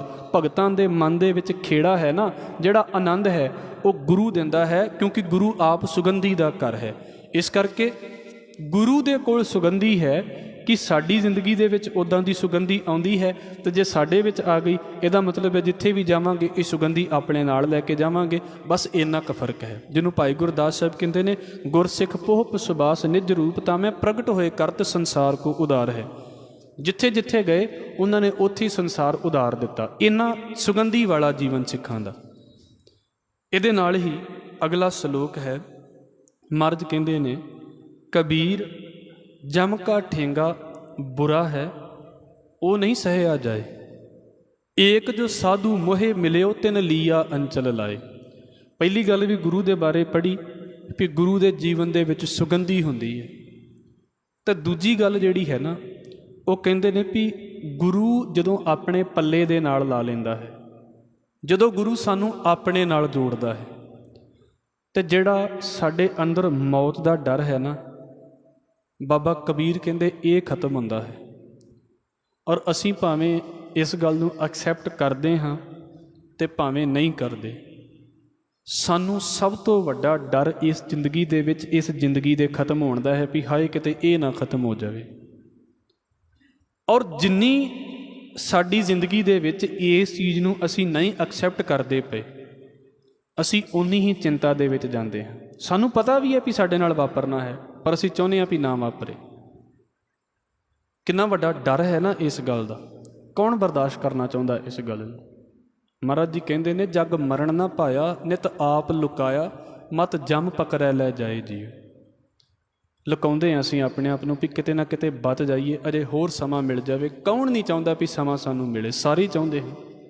ਕਿੰਨੀ ਪ੍ਰਬਲ ਇੱਛਾ ਮਾਲਕ ਨੇ ਪਾਈ ਹੋਈ ਹੈ ਵੀ ਅਸੀਂ ਆਮ ਜਦੋਂ ਕਿਤੇ, ਮਹਾਰਾਜ ਤੰਦਰੁਸਤੀਆਂ ਦੇਵੇ ਸਾਨੂੰ, ਜਦੋਂ ਕਿਤੇ ਕੋਈ ਘੱਟ ਉਮਰ ਵਾਲਾ ਬੰਦਾ ਕਿਤੇ ਚੜ੍ਹਾਈ ਕਰ ਜਾਂਦਾ ਹੈ, ਅਤੇ ਆਮ ਲੋਕ ਇੱਕ ਗੱਲ ਕਹਿੰਦੇ ਨੇ ਵੀ ਅਜੇ ਤਾਂ ਉਮਰ ਹੀ ਕੀ ਸੀ, ਅਜੇ ਤਾਂ ਥੋੜ੍ਹੀ ਜਿਹੀ ਉਮਰ ਹੋਰ ਮਿਲ ਜਾਂਦੀ। ਅਤੇ ਜਿਹੜੇ ਵੱਡੀ ਉਮਰ ਵਾਲੇ ਚੜ੍ਹਾਈ ਕਰਦੇ ਨੇ, ਕਿ ਉਹਨਾਂ ਲਈ ਕਦੀ ਲੋਕਾਂ ਨੇ ਕਿਹਾ ਹੈ ਵੀ ਨਹੀਂ ਜੀ ਬਸ ਬਹੁਤ ਸੀ, ਇੰਨਾ ਹੀ ਬਹੁਤ ਸੀ? ਉਹ ਤਾਂ ਆਮ ਲੋਕ ਕਹਿੰਦੇ ਨੇ, ਆਮ ਗੱਲਾਂ ਬਣਾਈਆਂ ਹੋਈਆਂ ਨੇ ਲੋਕਾਂ ਨੇ। ਜਿਹੜਾ ਜਾਂਦਾ ਉਹਦਾ ਜੀ ਕਰਦਾ ਕਿਤੇ, ਉਹ ਤਾਂ ਕਹਿੰਦਾ ਵੀ ਅਜੇ ਹੋਰ ਟਾਈਮ ਮਿਲ ਜਾਵੇ ਤਾਂ ਬੜੀ ਵਧੀਆ ਗੱਲ ਹੈ। ਕਿੰਨਾ ਸੁਣਨਾ ਬੁਰਾ ਲੱਗਦਾ ਹੈ ਨਾ ਇਸ ਚੀਜ਼ ਨੂੰ ਸਵੀਕਾਰ ਕਰਨਾ, ਕਿ ਮੌਤ ਦੀ ਗੱਲ ਕਿਉਂ ਕਰਦੇ ਜੇ। ਬੁਰਾ ਲੱਗਦਾ ਹੈ ਇਸ ਗੱਲ ਨੂੰ ਸਵੀਕਾਰ ਕਰਨਾ, ਅਸੀਂ ਤਾਂ ਸੁਣਨਾ ਵੀ ਨਹੀਂ ਚਾਹੁੰਦੇ। ਮਰਦ ਕਹਿੰਦੇ ਤੇ ਸਮਝ ਲਓ ਵੀ ਡੰਡਾ ਹੈ, ਵੱਜਣਾ ਵੀ ਹੈ ਪਰ ਖਾਣਾ ਕੋਈ ਨਹੀਂ ਚਾਹੁੰਦਾ। ਕਬੀਰ ਜਮ ਕਾ ਠੇਂਗਾ ਬੁਰਾ ਹੈ। ਪਰ ਵਾਕਿਆ ਬੁਰਾ ਜਿਹਾ ਲੱਗਦਾ ਨਾ, ਕਿੰਨਾ ਸੁਣਨਾ ਵੀ ਬੰਦਾ ਚਲਾ ਗਿਆ।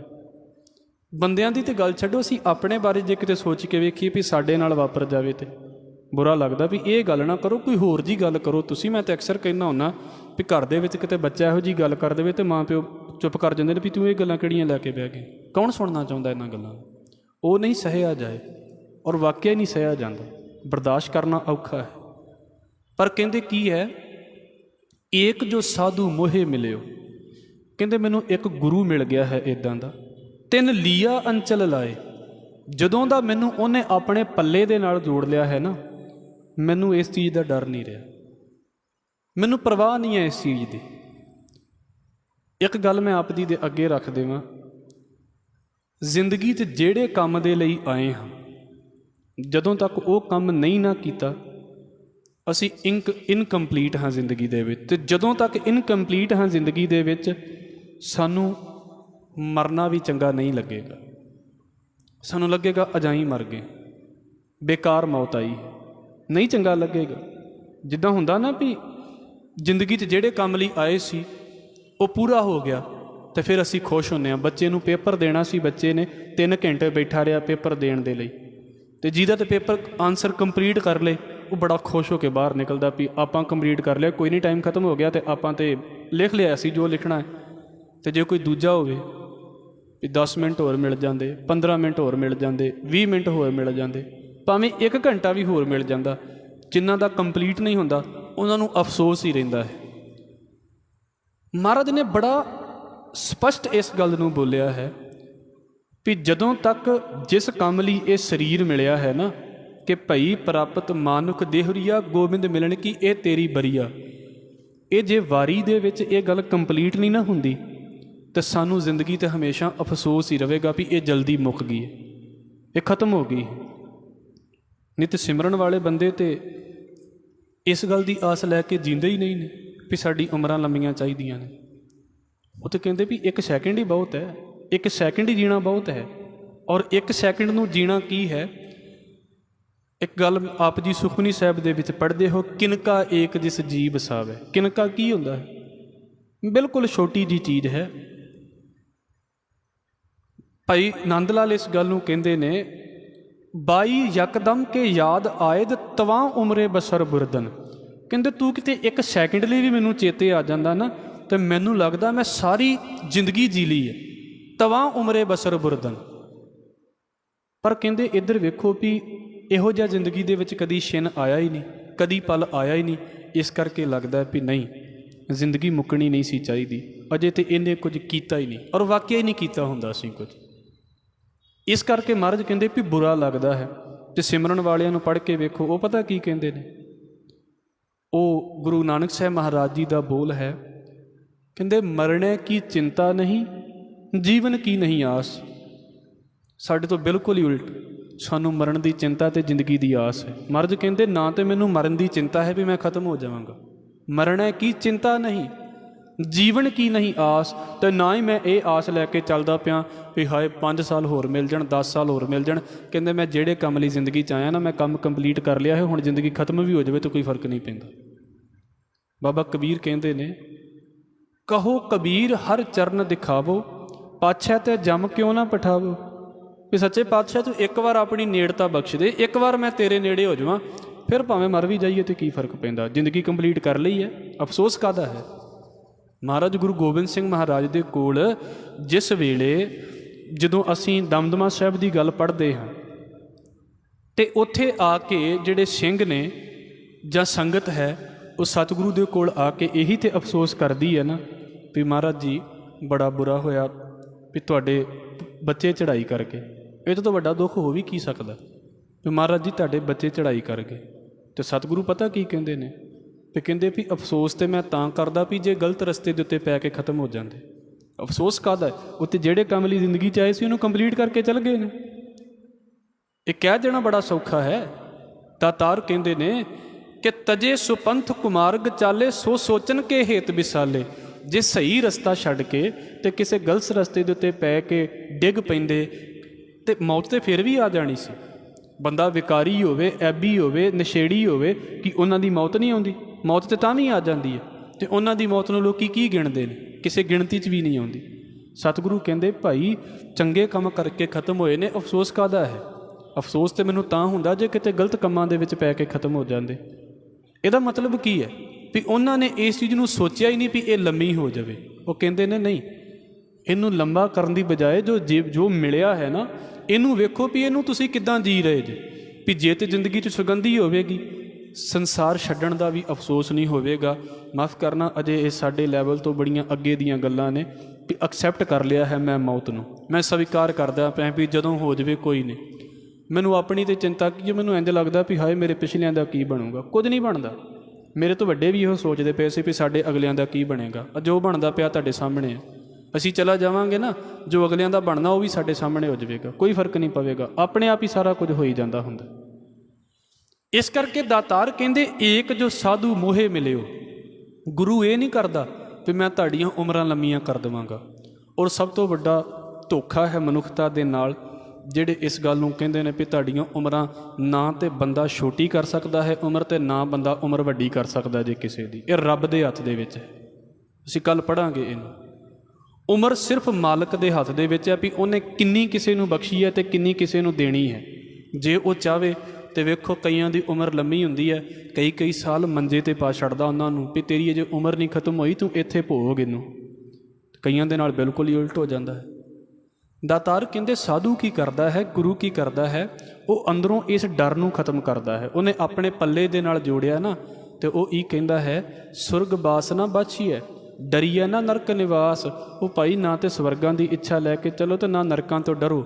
ਆਪਣੀ ਜ਼ਿੰਦਗੀ ਨੂੰ ਆਨੰਦ ਦੇ ਨਾਲ ਜੀਓ ਨਾ, ਇਸ ਜ਼ਿੰਦਗੀ 'ਚ ਸੁਗੰਧੀ ਪੈਦਾ ਕਰਨ ਦੀ ਕੋਸ਼ਿਸ਼ ਕਰੋ। ਗੁਰੂ ਉਹ ਹੈ ਜਿਹਨੇ ਮੌਤ ਦਾ ਡਰ ਹੀ ਅੰਦਰ ਤੋਂ ਖਤਮ ਕਰ ਦਿੱਤਾ ਵੀ ਹੋਵੇਗੀ ਤੇ ਹੋਵੇਗੀ, ਸਾਨੂੰ ਇਹਦੇ ਨਾਲ ਕੀ ਫਰਕ ਹੈ। ਅਸੀਂ ਜਿੰਨਾ ਚਿਰ ਜ਼ਿੰਦਗੀ ਮਿਲੀ ਹੈ ਉਹਨੂੰ ਅਸੀਂ ਕਿਸ ਤਰੀਕੇ ਨਾਲ ਜੀ ਰਹੇ ਹਾਂ, ਉਹ ਤਾਂ ਜਦੋਂ ਹੋਵੇਗੀ ਹੋਵੇਗੀ, ਵੇਖਿਆ ਵੀ ਜਾਵੇਗਾ। ਮਰਨ ਤੋਂ ਪਹਿਲਾਂ ਕਿਉਂ ਮਰ ਜਾਈਏ। ਹੁਣ ਅਸੀਂ ਜਿਉਂਦੇ ਹਾਂ, ਹੁਣ ਸਾਡੀ ਜ਼ਿੰਦਗੀ 'ਚ ਕਿੰਨੀ ਕੁ ਸੁਗੰਧੀ ਹੈ। ਬੇਨਤੀ ਕਰਾਂ, ਇਹ 2 ਸ਼ਲੋਕ ਨੇ। ਇੱਕ ਤੇ ਇਹ ਕਿ ਜ਼ਿੰਦਗੀ ਦੇ ਵਿੱਚ ਗੁਰੂ ਦੇ ਸੁਗੰਧੀ ਹੁੰਦੀ ਹੈ। ਗੁਰੂ ਸਿਰਫ ਇੱਦਾਂ ਦਾ ਨਹੀਂ ਹੈ ਵੀ ਸਿੱਖਿਆ ਦੇਣ ਵਾਲਾ, ਜਿੱਦਾਂ ਸਕੂਲ ਦਾ ਮਾਸਟਰ ਹੋ ਗਿਆ ਵੀ ਬਸ ਇਹਨੇ ਹਿਸਾਬ ਪੜ੍ਹਾਉਣਾ ਹੈ ਤੇ ਇਹਨੇ ਸਾਨੂੰ ਹਿਸਟਰੀ ਪੜ੍ਹਾਉਣੀ ਹੈ। ਗੁਰੂ ਇੱਦਾਂ ਦਾ ਗਿਆਨੀ ਨਹੀਂ ਹੈ ਵੀ ਇਹਦੀਆਂ 4 ਗੱਲਾਂ ਸੁਣ ਲਓ। ਗੁਰੂ ਫੋਕਾ ਗਿਆਨ ਨਹੀਂ ਦਿੰਦਾ। ਗੁਰੂ ਅਸਲ ਦੇ ਵਿੱਚ ਇੱਕ ਟੇਸਟ ਦਾ ਨਾਮ ਹੈ। ਗੁਰੂ ਇੱਕ ਸੁਗੰਧੀ ਦਾ ਨਾਮ ਹੈ। ਗੁਰੂ ਇੱਕ ਰਸ ਦਾ ਨਾਮ ਹੈ। ਮਹਾਰਾਜ ਕਹਿੰਦੇ ਜਿਹੜੇ ਸਿੱਖ ਦੀ ਜ਼ਿੰਦਗੀ ਦੇ ਵਿੱਚ ਇੱਦਾਂ ਗੁਰੂ ਆ ਜਾਂਦਾ ਹੈ ਨਾ, ਉਹਦੀ ਜ਼ਿੰਦਗੀ ਫੁੱਲਾਂ ਵਰਗੀ ਸੁਗੰਧਿਤ ਕਰ ਦਿੰਦਾ ਹੈ। ਅਤੇ ਜਿਹਦੀ ਸਿੱਖ ਦੀ ਜ਼ਿੰਦਗੀ ਫੁੱਲ ਵਰਗੀ ਸੁਗੰਧਿਤ ਹੋ ਗਈ ਹੈ ਨਾ, ਉਹ ਫਿਰ ਜਿੱਥੇ ਜਾਵੇਗਾ ਨਾ ਉੱਥੇ ਹੀ ਸੁਗੰਧੀ ਖਿਲਾਰੇਗਾ, ਉੱਥੇ ਹੀ ਲੋਕਾਂ ਨੂੰ ਆਪਣੇ ਵਰਗੇ ਕਰੇਗਾ ਵੀ ਮੈਂ ਇਸ ਚੀਜ਼ ਦੇ ਵਿੱਚੋਂ ਪਾਰ ਹੋ ਗਿਆ ਹਾਂ, ਬਾਕੀਆਂ ਨੂੰ ਵੀ ਪਾਰ ਕਰਨਾ ਹੈ।